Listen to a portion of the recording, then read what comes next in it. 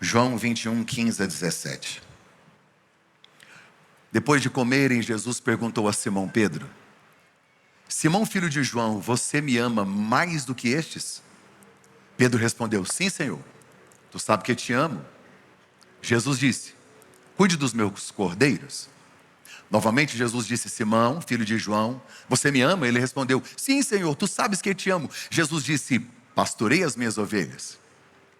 Pela terceira vez ele lhe disse: Simão, filho de João, você me ama? Pedro ficou triste, porque Jesus lhe perguntou pela terceira vez: você me ama?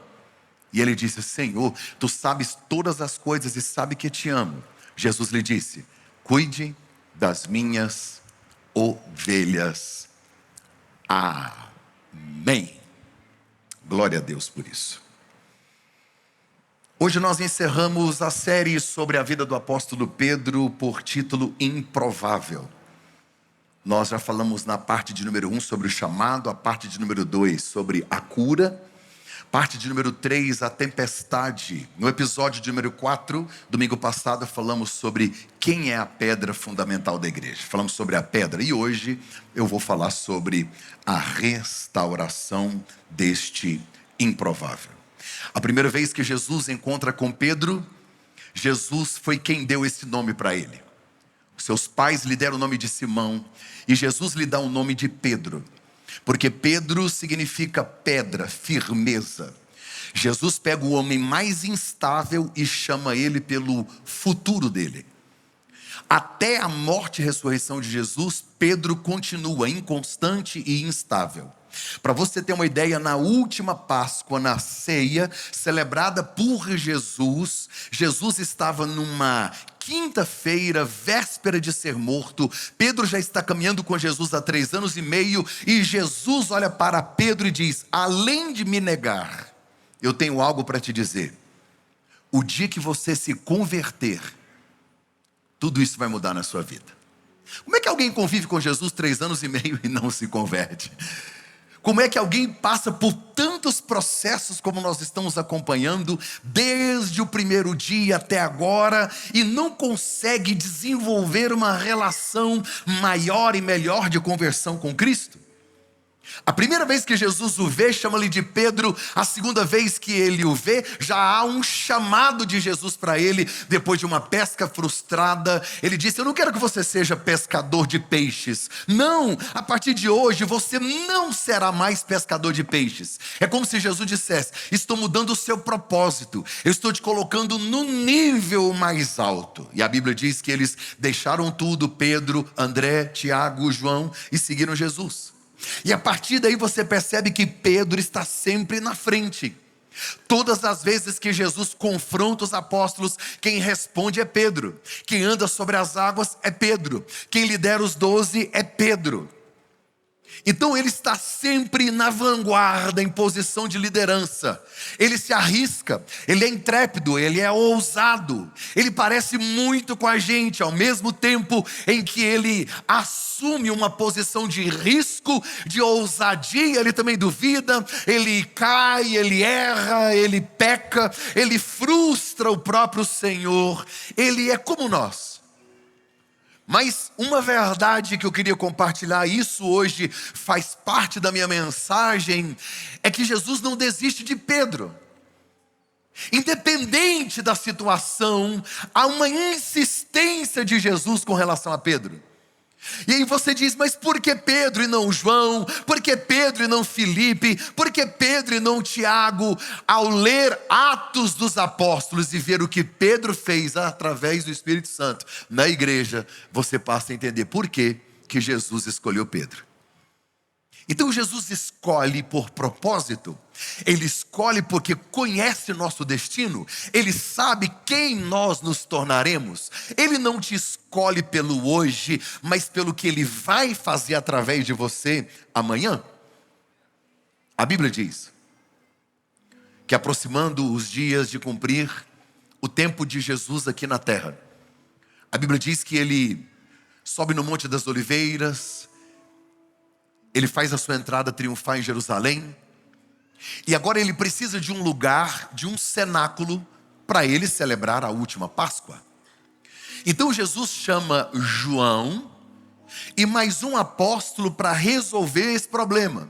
Encontrar um lugar onde Jesus vai celebrar a ceia, a última Páscoa. Então Jesus chama dois, ele chama João e ele chama quem? Vamos ver se vocês são inteligentes. Quem é que Jesus deu ordem para ir organizar a Páscoa? Pedro. É óbvio, ele está em tudo. Jesus está dizendo para ele, um dia você se converte, mas por favor, você pode me servir mesmo assim? E aí Jesus disse para os dois, Pedro e João, olha, vocês vão entrar em Jerusalém, tem um homem carregando um cântaro, segue ele. Aí eu estava lendo e pensando, um homem carregando um cântaro? A cidade tem 5 vezes mais pessoas do que a sua própria população. É Páscoa. A Páscoa era comemorada por causa da saída do povo do Egito. O sangue do cordeiro que foi passado no umbral da porta, o anjo da morte não atingiu os primogênitos. Então agora, aquele era um momento importante, é a principal festa de Jerusalém. A cidade está cheia, está lotada. Quantos homens será que não tem carregando o cântaro? Nenhum! Porque só mulher carregava cântaro. Aí é fácil. Lá vai um homem carregando um cântaro. Contra a cultura, fazendo o que ninguém faz. Deus ainda é capaz de usar pessoas que fazem o que outras pessoas não têm coragem de fazer. Se tem um negócio que Deus ama é quebrar regras. Princípios não. Agora regra. Jesus faz isso direto. Jesus é o homem que mais quebrou regras na Bíblia Sagrada. Não podia fazer nada dia de sábado. A Mishnah, ela tem alguns conceitos sobre o sábado, tem várias leis, e uma delas é que você não pode curar no sábado, não pode fazer barro no sábado. E aí Jesus, ele acordava no sábado, que dia é o sábado? Eu vou curar todo mundo, é hoje. Ele quebrava as regras, ele tocava no esquife do defunto, não pode.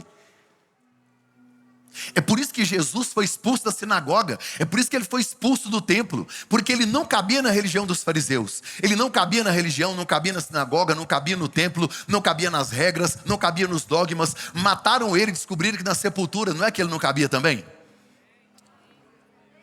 Ele nem ficou lá, né? Por isso que a sepultura era emprestada, porque ele não ia ficar lá mesmo. Então lá vai Pedro e João, aí eles sobem no andar de cima de uma casa chamado cenáculo.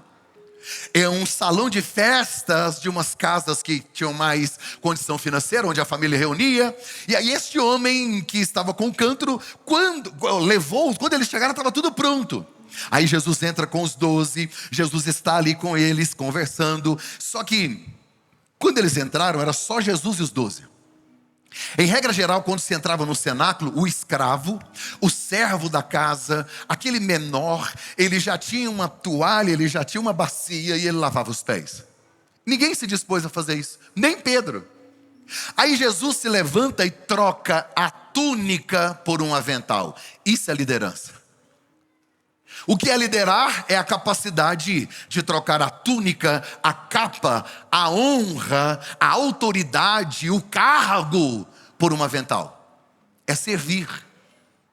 Aí Jesus começa a lavar os pés e aí, quando ele vai lavar, adivinha de quem ele tentou lavar o pé primeiro? Vamos ver se vocês são inteligentes. Em quem ele foi primeiro? Fala para mim. Pedro. Por quê? Porque Pedro não deixou.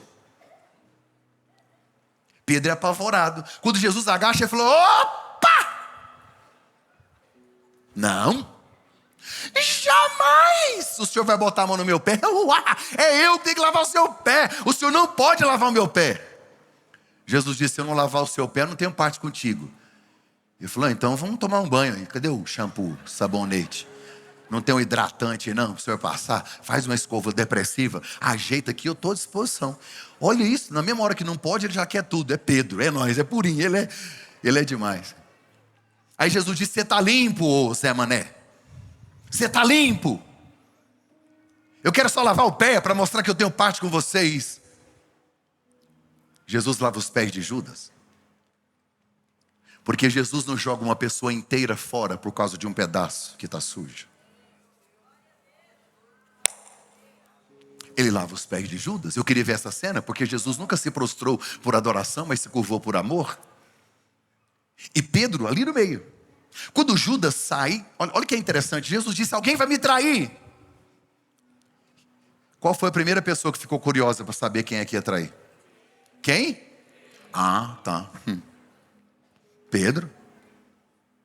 Como Pedro não tinha essas moral toda, ele olhou para João. Falou: João, hey, olha seu celular aí. Te mandei um zap.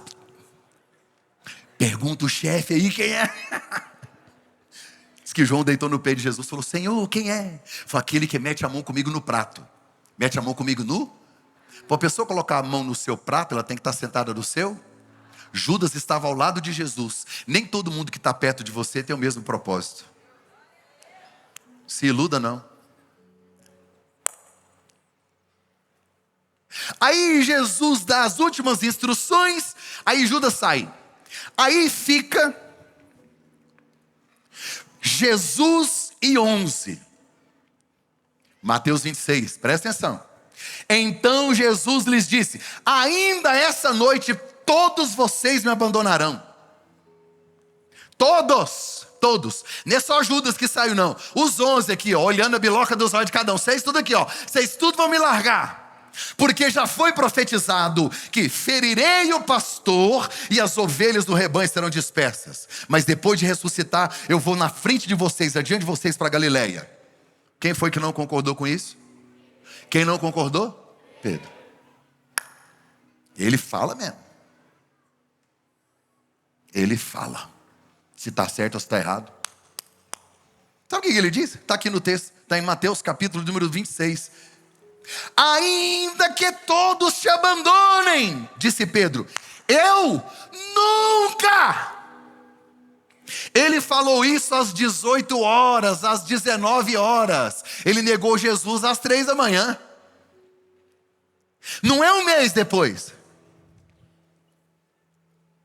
Eu nunca te abandonarei, respondeu Jesus. Asseguro que ainda esta noite, antes que o galo cante, você vai me negar 3 vezes.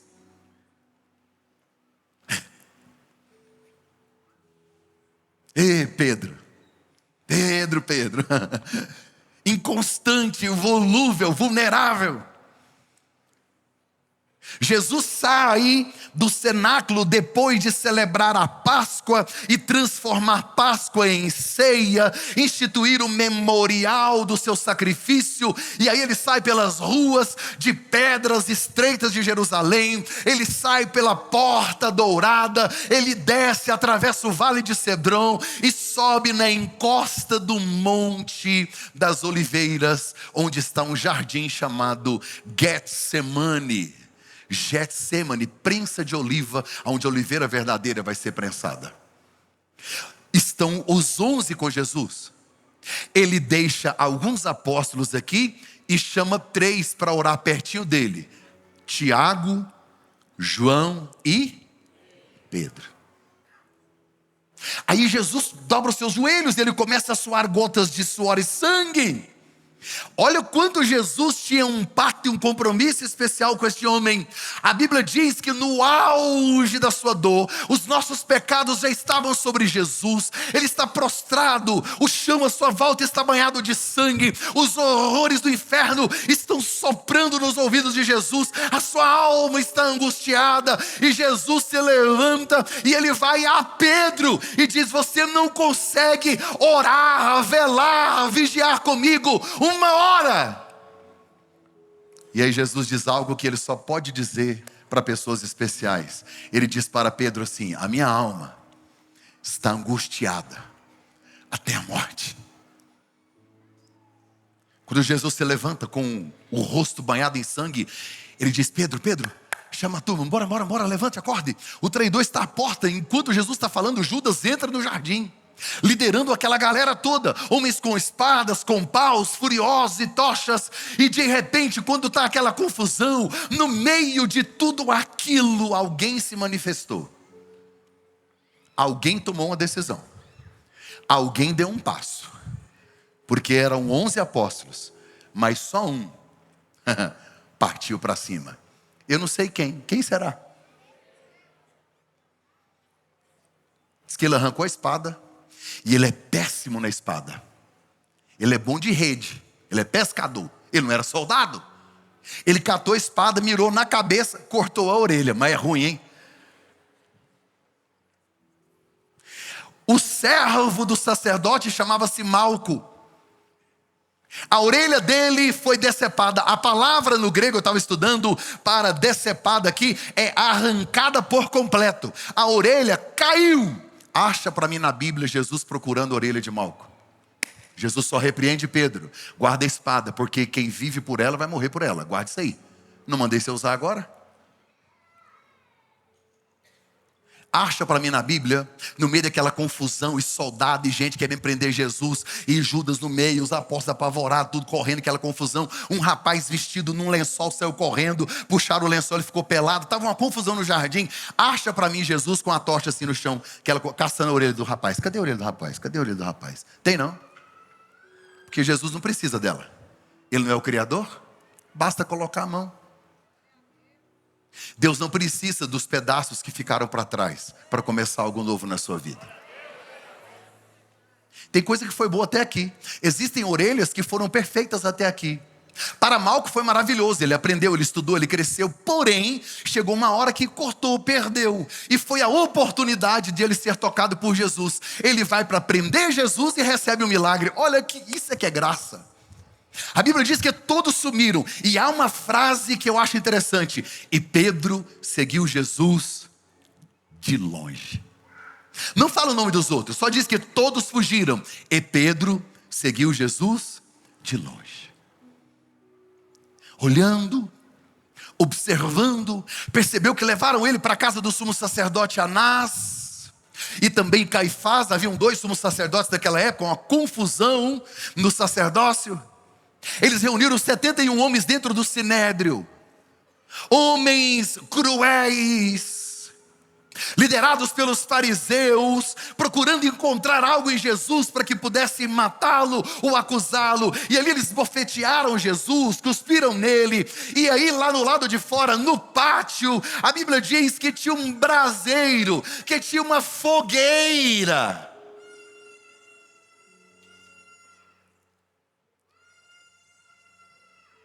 E a Bíblia diz que Pedro se assentou nessa fogueira. A Bíblia diz: e ele se aproximou para se esquentar. Está lá no meio, sentado.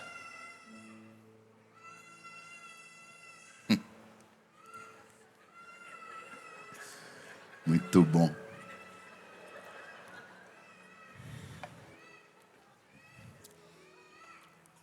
É normal. Você sabe para que existe casamento?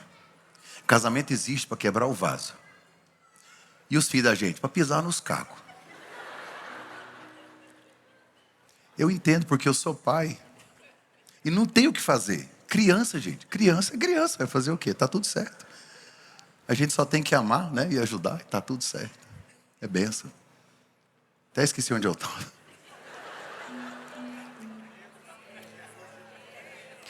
Pedro estava seguindo Jesus de longe. A fogueira. Já está na fogueira. Deixa eu voltar aqui. Aí, a palavra fogueira aqui no grego é braseiro. Entendeu? Ele está lá. Pedro não está lá no sinédrio. Ele está do lado de fora. Jesus está sendo julgado por homens, líderes religiosos. Pedro está do lado de fora com a galera. Uma criada, a Bíblia diz que uma criada olhou para ele e falou assim: eu te conheço. Rapaz, você é discípulo dele. Pedro respondeu: mulher, eu não o conheço. Diante de outra pessoa, conversando lá na roda, o cara falou assim: você anda com ele, você é galileu. Como é que ele descobriu que Pedro é galileu? Por causa do sotaque. A Galileia era tipo a roça do lugar lá, era um lugar distante. O povo falava engraçado, era diferente. Eles não tinham cultura igual em Jerusalém. Olhou para Pedro conversando daquele jeito e falou: você não é daqui não, você é galileu, você estava com ele. Sabe o que Jesus disse? Não sou. Não, Pedro disse: não sou. Eu não sei nem quem é ele. Aí diz que um parente de Malco. Quem é Malco? O que perdeu a orelha. O apóstolo João diz que um parente de Malco falou assim: te vi no jardim. E falou: eu? Que jardim? Getsêmani, sei nem onde é. Eu vi você lá. Eu sou parente de Malco, eu sei. Você estava defendendo Jesus. Não sei nem quem é. A Bíblia diz que nessa hora o galo cantou. Tem duas interpretações aqui. O que é esse galo? O marido da galinha, um galo. A segunda interpretação é que havia uma trombeta que soava ao despertar, que também era chamada de galícios, que era um galo também. Pastor, qual que o senhor acha? Para mim tanto faz. O que o negócio não é se é um galo, se é uma trombeta. O interessante é que cumpriu. E a hora que soou ou a trombeta ou o canto do galo, eu gosto mais do canto do galo, o galo mesmo, o galo, o marido da galinha, o galo. Quando soou o canto do galo, adivinha quem estava olhando para Pedro? A Bíblia diz assim: e Jesus fitando os olhos nele. Que olhar é esse? Será que é um olhar de julgamento, de condenação? Será que é um olhar de exclusão? Será que é um olhar de negação? Que olhar é esse? Eu queria estar lá, eu queria ver essa cena. Qual é o semblante de Jesus? Cansado, abatido, cuspido, esbofeteado, julgado e olhando para Pedro. Eu te avisei, Pedro. O texto sagrado diz que Pedro saiu e foi chorar amargamente. Pedro desapareceu. Você não vê mais Pedro nesta quinta-feira à noite. Ele sumiu, ele desapareceu. Sexta-feira de manhã, os homens do Sinédrio, 71 anciãos, levaram Jesus até Pilatos. Pilatos manda para Herodes: volta para Pilatos. Pilatos não consegue se livrar de Jesus. Ele lava as suas mãos, manda açoitar Jesus com 40 açoites. Jesus é levado à cruz. Eles crucificaram ele às 9 da manhã e ele morreu às 3 da tarde. Jesus se sente abandonado. Pedro não estava lá. Pedro não estava lá perto de Pilatos. Pedro não viu Jesus em Herodes. Pedro não estava lá perto da cruz. Ele não estava. Ele sumiu depois de chorar amargamente. Ele se isolou, ele se escondeu. Ele disse: eu errei, eu caí. Na mente de Pedro acabou. E o pior dia não foi a sexta. Porque a sexta-feira é o dia da decepção, a sexta-feira é o dia da dor, a sexta-feira é o pior dia na história dos apóstolos. A sexta-feira foi cruel, dolorosa, ninguém está entendendo. O Filho de Deus, ao invés de sentar num trono, sobe numa cruz. O que aconteceu? 3 anos seguindo ele, caminhando com ele. 2 discípulos desceram para o caminho de Emaús, estavam decepcionados, os outros sumiram. Alguns foram para dentro de um cenáculo, de uma casa, se esconder com medo dos judeus. E Pedro sumiu. E o pior dia é o sábado, porque no sábado é o silêncio. Depois da dor, depois da morte, o silêncio. Cadê Jesus? Cadê Deus? O que aconteceu? Questionamentos. Não tem nenhuma fala do dia do sábado. É o dia do silêncio. E eu sei que experimentar e viver o silêncio de Deus é doloroso, é traumático, porque nenhum de nós estamos prontos e preparados para absorver quando Deus se cala, quando Ele não fala, e a gente não sabe. Eu passei, eu sofri. Deus, por quê? Mas domingo de manhã diz que 2 Marias, Maria Madalena e outra Maria, levantaram cedo e disseram: bora no sepulcro? Vamos. Era a cultura dos hebreus até o 3º dia, levar incenso, especiarias e perfumes e colocar no corpo. As 2 foram conversando e falando: gente, como é que nós vamos fazer para remover a pedra? Elas estão preocupadas em remover uma pedra que já estava removida. Deus já tinha provido o milagre e elas estão preocupadas. E Jesus não removeu a pedra para eles sair, Ele removeu a pedra para elas entrarem. Quando elas chegaram, tinha um homem parecendo um jardineiro. Olha para o senhor é o jardineiro, cadê ele? Levaram ele, fala para a gente onde é que levaram ele, que eu vou lá buscar o corpo dele, cadê ele? E o jardineiro olhou para ela e disse: Maria. Diz que ela reconheceu a voz. Ela caiu de joelhos e disse: Raboni, mestre, tu estás vivo. O que as duas fizeram? O que toda mulher faz, levar a notícia, rapidão. Elas viraram para trás aqui, ó. Elas viraram para trás. Elas nem não, eu teria ficado lá, não. Elas viraram, falou: não, eu tenho que contar para todo mundo. Elas correram, chegaram no lugar onde estava todo mundo e disse: ele ressuscitou.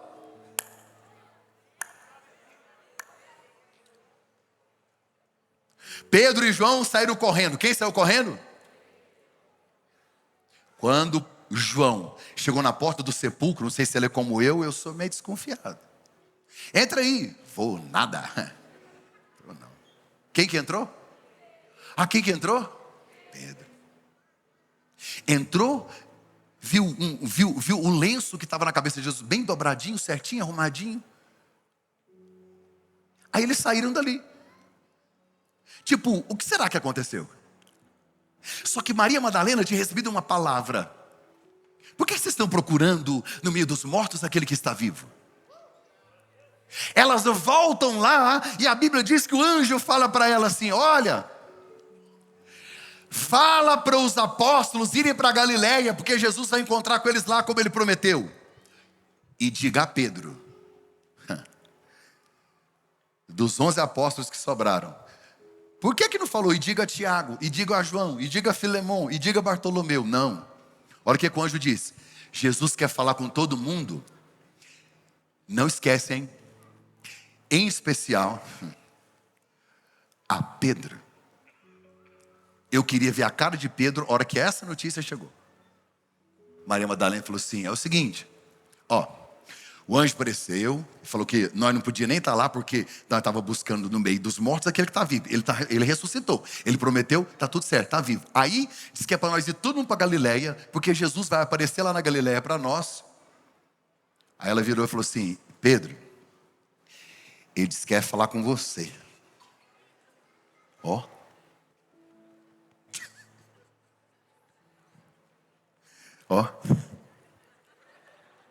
Meu Deus, e agora? E agora, meu Deus do céu, ele quer falar comigo. Eles foram para Galiléia. Para onde? Para Galiléia. Diz que Jesus apareceu no meio deles, conversou com eles e não falou nada com Pedro. Jesus apareceu de novo na Galiléia. Foi quando Tomé, que estava duvidando, Jesus disse: Tomé, quer tocar? Jesus falou com Tomé, mas Jesus não falou nada com Pedro. E Pedro lá. Por que Jesus não falou com ele? Jesus está sendo pedagógico, está tratando ele. Eu sei que isso não acontece com você. Aquele silêncio, aquele tratar de Deus assim, sabe? Aquela coisa. Sabe o que Pedro fez? Sabe o que a Bíblia diz? Pedro, depois das 2 aparições de Jesus, não falou com ele? Pedro chamou os apóstolos para conversar, eles estavam juntos. A Bíblia em João tem uma lista de nomes, eles eram acho que 9. Pedro disse assim: rapaz, vou pescar. Vou o quê? O que Jesus falou para ele quando chamou ele? Você não vai mais pegar peixe. Você vai ser pescador de homens. Mudei você de nível. Mas o silêncio de Jesus e o pecado cometido por ele tiraram ele do propósito. Voltar a pescar quer dizer voltar à velha vida, voltar lá atrás de onde Jesus me tirou. Gente, se ele deixou os barcos, deixou tudo, onde é que ele arrumou um barco? Onde ele arrumou um barco para ele poder pescar? É fácil entender. Jonas também arrumou um barco, inclusive tinha dinheiro para pagar. Billy Graham diz que todas as vezes que um homem quer fugir de Deus, navegar para longe de Deus, o diabo tem um barco pronto esperando por ele. Olha a influência de Pedro. Vou pescar. Ele não chamou ninguém. Vou pescar. Diz que todos os que estavam juntos disseram assim: nós vamos também. Por isso que Deus cobra muito dos líderes. Se você é relevante e influente, as pessoas estão te observando. Nós somos a Bíblia que as pessoas leem. Liderar é influenciar. E Pedro está influenciando essas pessoas. E eles estão lá pescando, passaram a noite inteira pescando. Eu olho para Pedro, como é que ele desistiu tão fácil? Foi ele quem disse: tu és o Cristo, Filho do Deus vivo. Foi Pedro quem disse: para que iremos nós, se só tu tens palavras de vida eterna? Foi Pedro quem disse: ainda que todos te abandonem, eu jamais te abandonarei. Aí eles estão pescando. Põe na tela para mim, João 21:4. João 21:4, filho. O discípulo a quem Jesus amava, ao amanhecer, Jesus estava onde? Jesus estava onde? Na praia. Mas os discípulos não o reconheceram. Eles estão lá pescando. Passaram a noite e não conseguiram nada. Essa é a segunda pesca deles, que tem um milagre. Próximo. Ele lhes perguntou. O que Jesus perguntou? Qual a primeira palavra que Jesus disse? Por que ele não disse covardes? Fracos. Eles estão voltando ao início, deixando o propósito. E como é que Jesus chama eles? Filhos!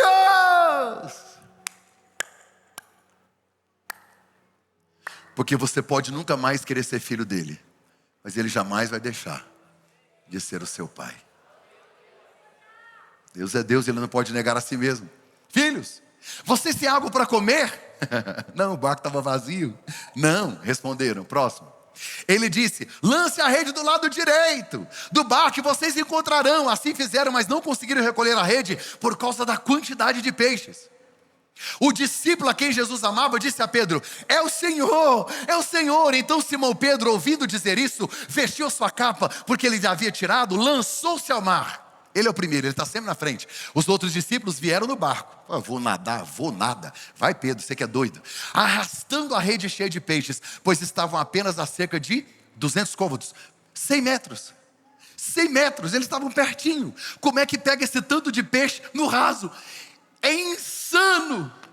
Eles estavam no raso, no lago, pertinho, 90 metros. Agora, se você não der glória agora, eu vou embora, quer ver? Verso 9, olha o que a Bíblia diz. Quando desembarcaram, viram ali uma fogueira, peixe sobre a brasa e um pouco de pão. Próximo. Jesus lhes disse: traga algum dos peixes que acabaram de pescar. Próximo. Simão Pedro entrou no barco e arrastou a rede para a praia. Ela estava cheia de... quantos peixes? Quantos? 153. 153. 153. 153. É profético para a sua vida. Escute. Não é coincidência, Deus está dizendo: chegou a época da colheita. Chegou a época de coisas grandes. Chegou a época de nós multiplicarmos como Deus tem prometido para cada um de nós. Esta casa não é só para você, seu marido, seus filhos, seus parentes, seus amigos. Nós não vamos comportar de pessoas que vão reconhecer Jesus como Senhor e Salvador. Os batismos serão em milhares, porque assim como recolheram 153 grandes peixes, aqui na 153 nós também vamos recolher 153, 153, 153. Serão milhares de milhares e de milhares, porque Deus disse sim. Se Deus falou que vai cumprir o propósito, o milagre já está a caminho. Se você acredita, aplauda Ele o mais forte que você puder.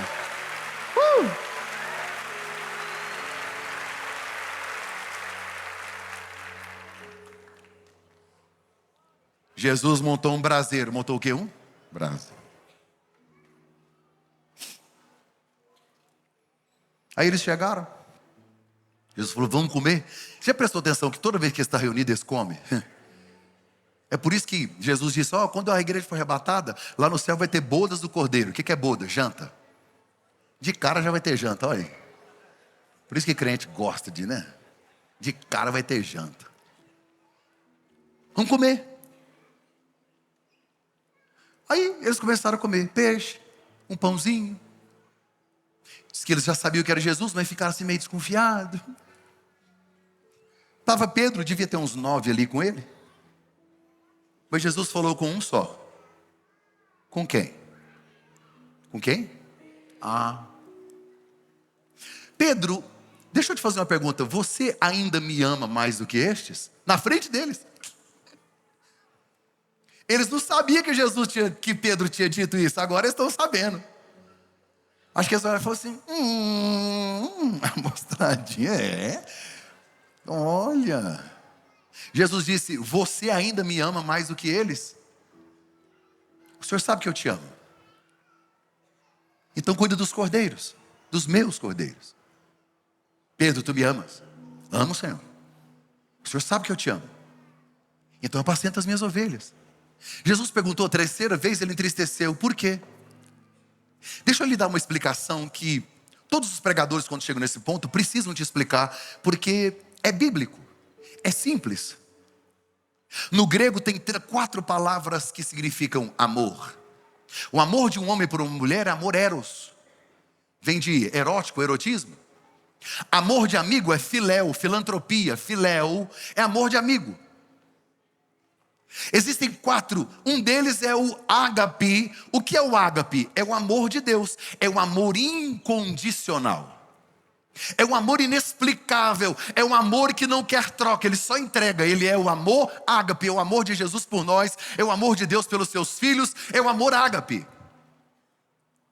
Por que Pedro se entristeceu? Porque a primeira pergunta, porque para nós, gente, a palavra amor é tudo uma coisa só, né? Eu amo meu cachorro, eu amo a minha igreja, eu amo Deus, eu amo churrasco. O português é muito fraco nisso, a gente ama, tudo é uma coisa só. Não, no grego não, cada coisa é de um jeito. Jesus olhou para ele e disse, com o amor ágape, Pedro, você agapa-me. Pedro disse, o Senhor sabe que eu filéos-te. Aí Jesus disse de novo, Pedro,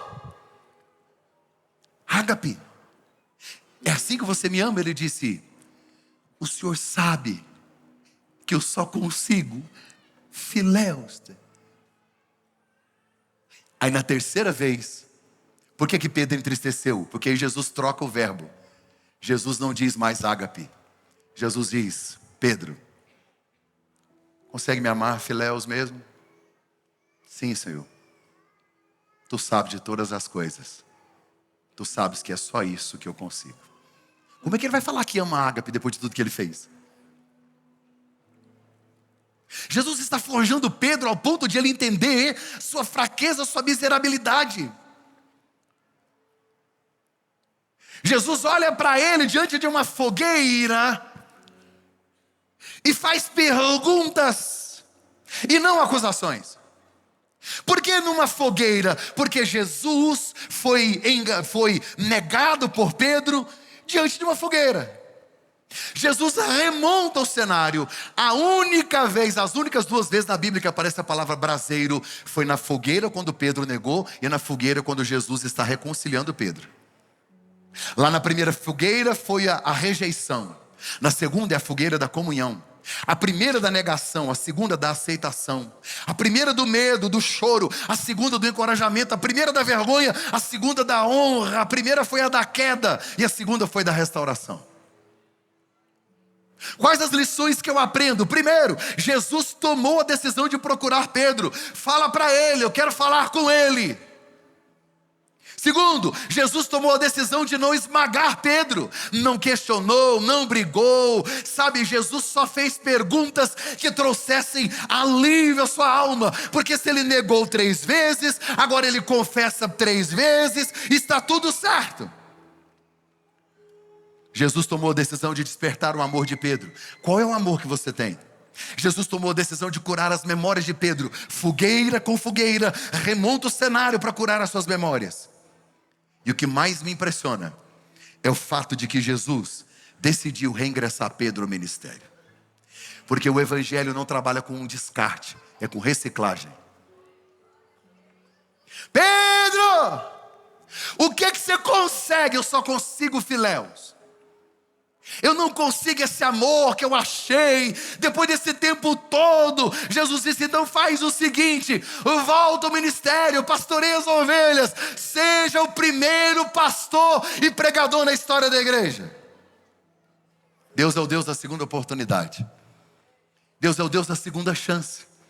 Deus é o Deus da nova vida, dos novos sonhos, novos projetos. Deus é o Deus da restauração. Mesmo quando eu caio, quando eu fracasso, quando eu erro, quando eu abandono o ministério, quando eu estou entristecido e ferido com a estrutura de onde eu vim, quando eu estou completamente confuso por causa de perdas, Deus permanece do mesmo jeito. É a graça inexplicável, escandalosa graça, poderosa graça. É um amor inquestionável e incondicional de Deus, que não guarda rancor, não perde explicações, não exige, não cobra, só perdoa e dá destino. Vai, Pedro! Porque quando eu e você caímos dentro de um buraco, Jesus não manda corda, Ele desce lá. Porque sendo Deus, não teve por usurpação ser igual a Deus, mas esvaziou-se de si mesmo, tomando a forma de servo e fazendo-se semelhante aos homens, e achado na forma de homem, humilhou-se até a morte, e morte de cruz. Ele desceu. Hoje, quem sabe eu preguei para a gente que você mesmo não consegue se perdoar por coisas lá de trás. Todos nós temos nossos segredos, nossas dificuldades. Tem pessoas que têm dificuldade de voltar ao ministério, voltar a viver uma vida nova, tem dificuldade de acreditar na restauração. Olhando para Jeremias, capítulo de número 18, a Bíblia diz que Jeremias morava em Jerusalém e estava tudo destruído, as muralhas caídas, o templo destruído. Era quase impossível crer numa restauração. E Deus, através de Jeremias, envia ele à casa do oleiro para dizer: eu ainda quero restaurar o meu povo. Olhe para cá. E no texto de Jeremias 18, diz: e o vaso quebrou-se na mão do oleiro. Não foi o oleiro que quebrou o vaso. O vaso é que é quebrável. É ele que é frágil. É ele que não consegue ficar em pé o tempo inteiro. Você já pensou se Deus fosse te amar por você ser quem você é de verdade? Ele te ama de maneira incondicional. Nada que você faz aumenta o amor de Deus ou diminui o amor de Deus. Essa é uma manhã de restauração. Eu me lembro quando eu desisti do ministério. E Deus não desistiu de mim. Eu lembro de ficar 2 anos sem pregar. Mal queria a igreja. Guardei meu sermonário, guardei a Bíblia, mais de 500 livros, encaixotei todos e disse: nunca mais eu quero mexer com isso. Cansei. Estava vivendo um processo difícil, dias difíceis. Fui morar em uma outra cidade, aqui em Goiás, fui trabalhar, e falei: não vou mexer com isso mais não. Eu estou cansado disso. Mas depois de 2 anos, Deus me achou. Ele está achando gente aqui hoje. Você não vai parar. Você não vai desistir. Não pode. Se Deus já te perdoou, perdoe-se. Deus está dizendo para alguém aqui hoje: volte a cumprir a missão. Não pare no meio do caminho. Isaías 41 é algo que Deus diz para Israel e serve tanto para nós hoje. Quando Deus diz: eis que te tomo pela tua mão direita e te digo: te esforço, te ajudo, te sustento com a destra da minha justiça. Envergonhados e confundidos serão todos que se levantarem contra ti, porque eu, Senhor teu Deus, te tomo pela tua mão direita e te digo: eu te ajudo. Ele não desiste de você. Você pode se colocar em pé?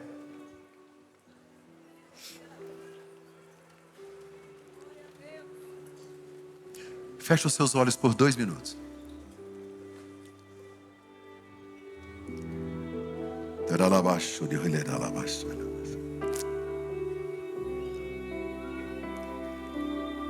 Obrigado, Senhor, por não desistir de nós. Obrigado por não desistir da nossa família. Obrigado pela tua graça que nos alcançou. Fomos justificados. Nenhuma condenação a mais para aqueles que estão em Cristo. Obrigado por não desistir dos nossos filhos. Obrigado por não desistir do nosso ministério. Segura nas nossas mãos, Jesus. Nos ajude a voltar ao propósito. Nos ajude. Ela baixou, ela baixou.